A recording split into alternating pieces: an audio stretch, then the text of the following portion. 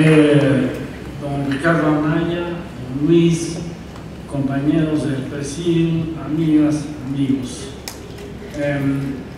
De mí solo una anécdota.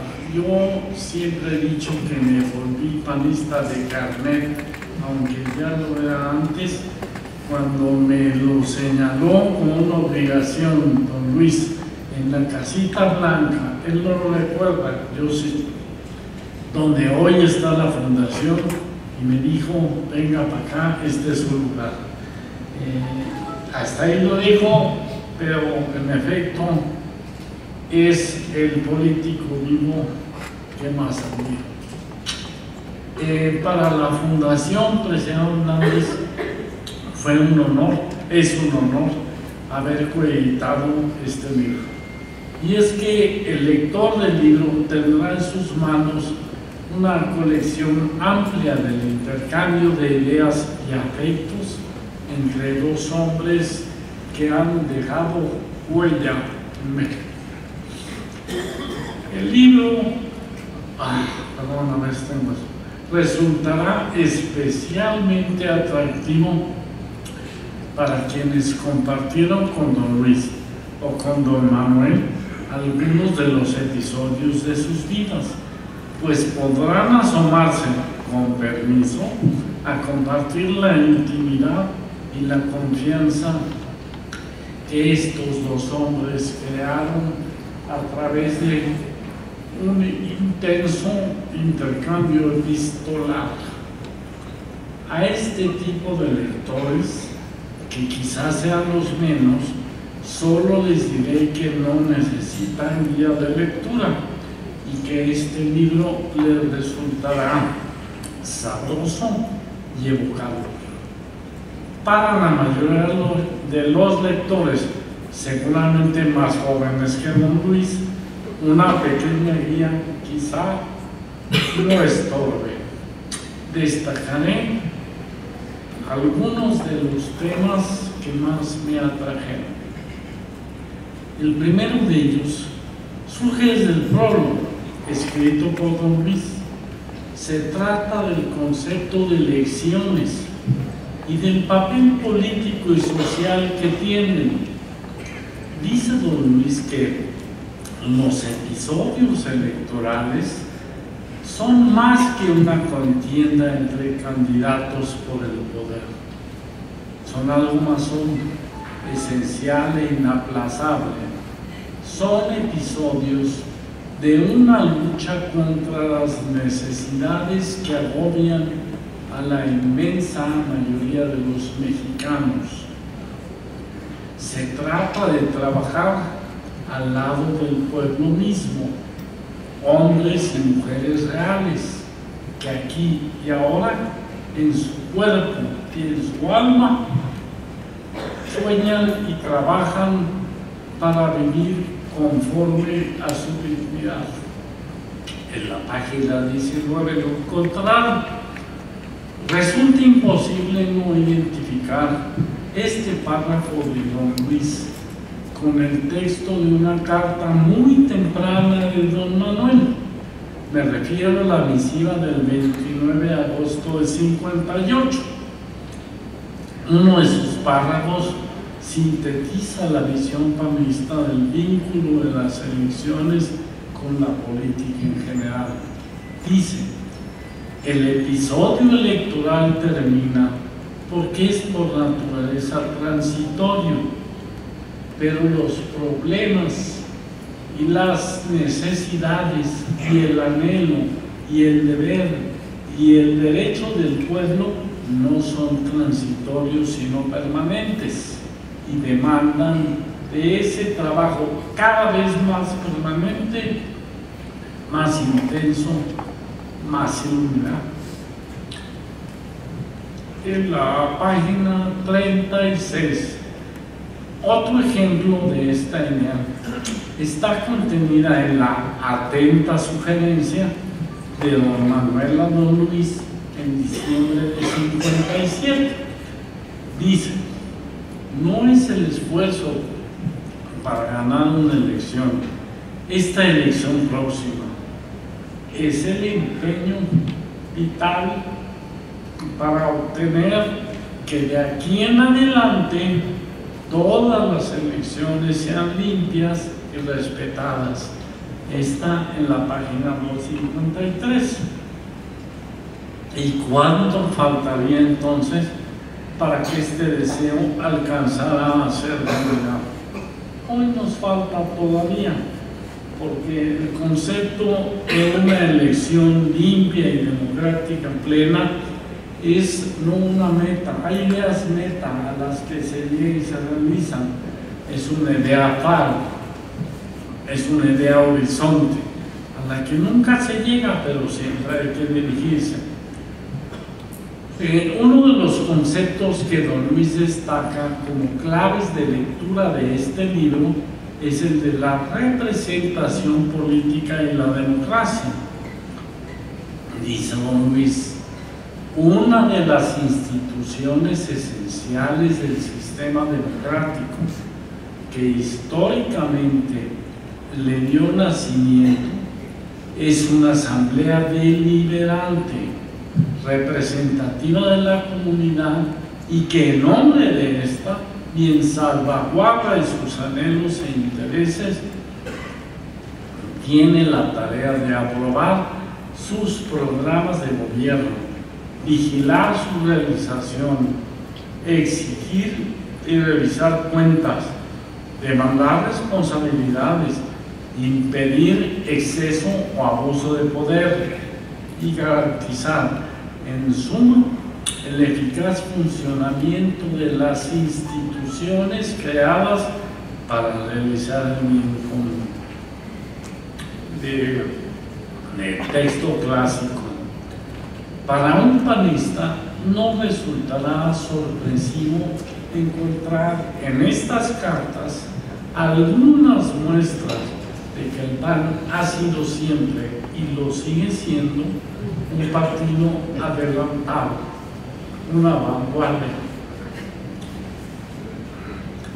Por más que muchas voces del régimen autoritario que el PAN contribuyó a transformar quisieran etiquetarlo como conservador o peor aún como reaccionario, los hechos históricos muestran que el PAN fue instrumento de transformación y que desde sus orígenes fue prefigurando muchas de las instituciones que años después contribuyeron al progreso de México.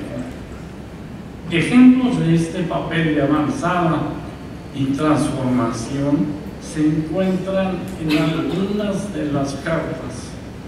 Revise el lector la sugerencia de 3 de enero de 58, en la que nuestros queridos corresponsales coinciden entre los temas de la campaña presidencial de don Luis se incluya el centralismo y en especial el contraste entre el presupuesto federal aprobado en el Congreso con la formalidad federalista. Señalaban ambos que 85% de los ingresos federales se concentraban en el gobierno federal y contrastaban esto con la iniciativa panista de fijar en 15% las participaciones para estados y otro tanto para los municipios. Ya lo dijo don Juan Pablo. Pues este tema siguió así, como lo vieron ellos, hasta la década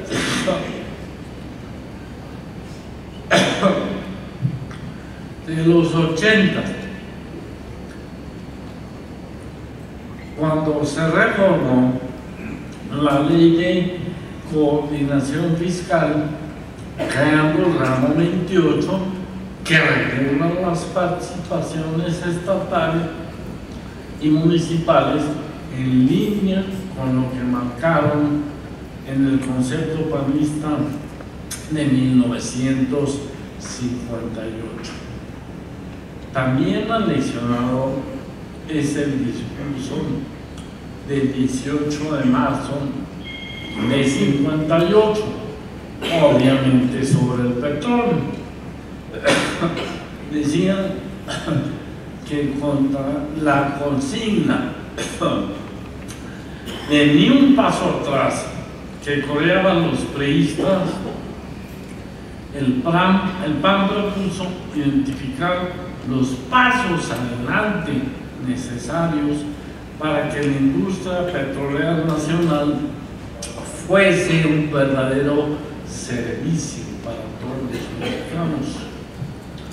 Hoy que el panismo logró forjar con sus ideas la reforma energética, sabemos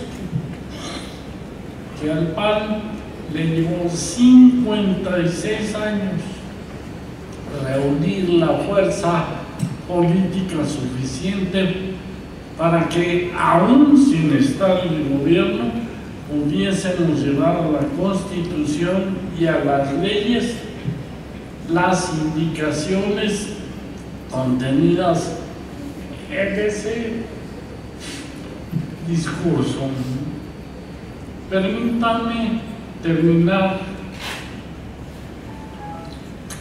con una reflexión propia y otro texto de este libro. Constatará el lector que estos dos hombres, lejos de ser ingenuos o místicos, eran prácticos y tenaces. Sabían que las elecciones mexicanas eran un fraude, que el Congreso estaba totalmente desvirtuado y alejado del concepto de asamblea deliberante esencial que ellos concebían. Sabían que el federalismo era una pantalla que ocultaba un centralismo asfixiante.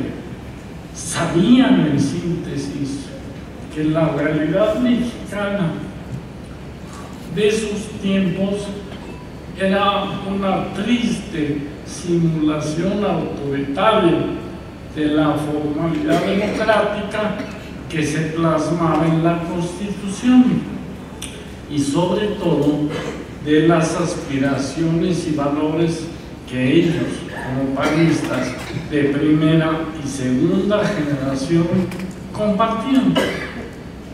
Pero la clara conciencia de que la realidad era la negación de todas esas aspiraciones no los alegraba. Por el contrario, las miserias de la política mexicana de entonces les servían como recurso pedagógico para mostrar los valores que los animaban y la realidad transformada a la que aspiraban. Pongo como ejemplo un párrafo luminoso del memorándum de diciembre de 57, incluido en las páginas 251 y 252. Dice: la tónica invariable, especialmente en lo que toca a los discursos de usted, debe ser siempre señalar los términos reales de un problema, de una carestía, de una necesidad del pueblo, indicar a qué se deben, mostrar que es injusta y luego, sobre todo, mostrar que es posible resolver el problema, subsanar la carencia y que está a nuestro alcance lograrlo. Si nos lo proponemos y organizamos una vida común limpia y ordenada bajo una autoridad que lo sea de veras. Hasta ahí esa cita de un párrafo muy hermoso. Quienes conocemos la trayectoria política de don Luis, no podemos menos que admirar el ceñido ajuste que guarda la praxis política del dirigente ejemplar, don Luis Álvarez, con el consejo doctrinario de su maestro, don Manuel Gómez. Muy gracias.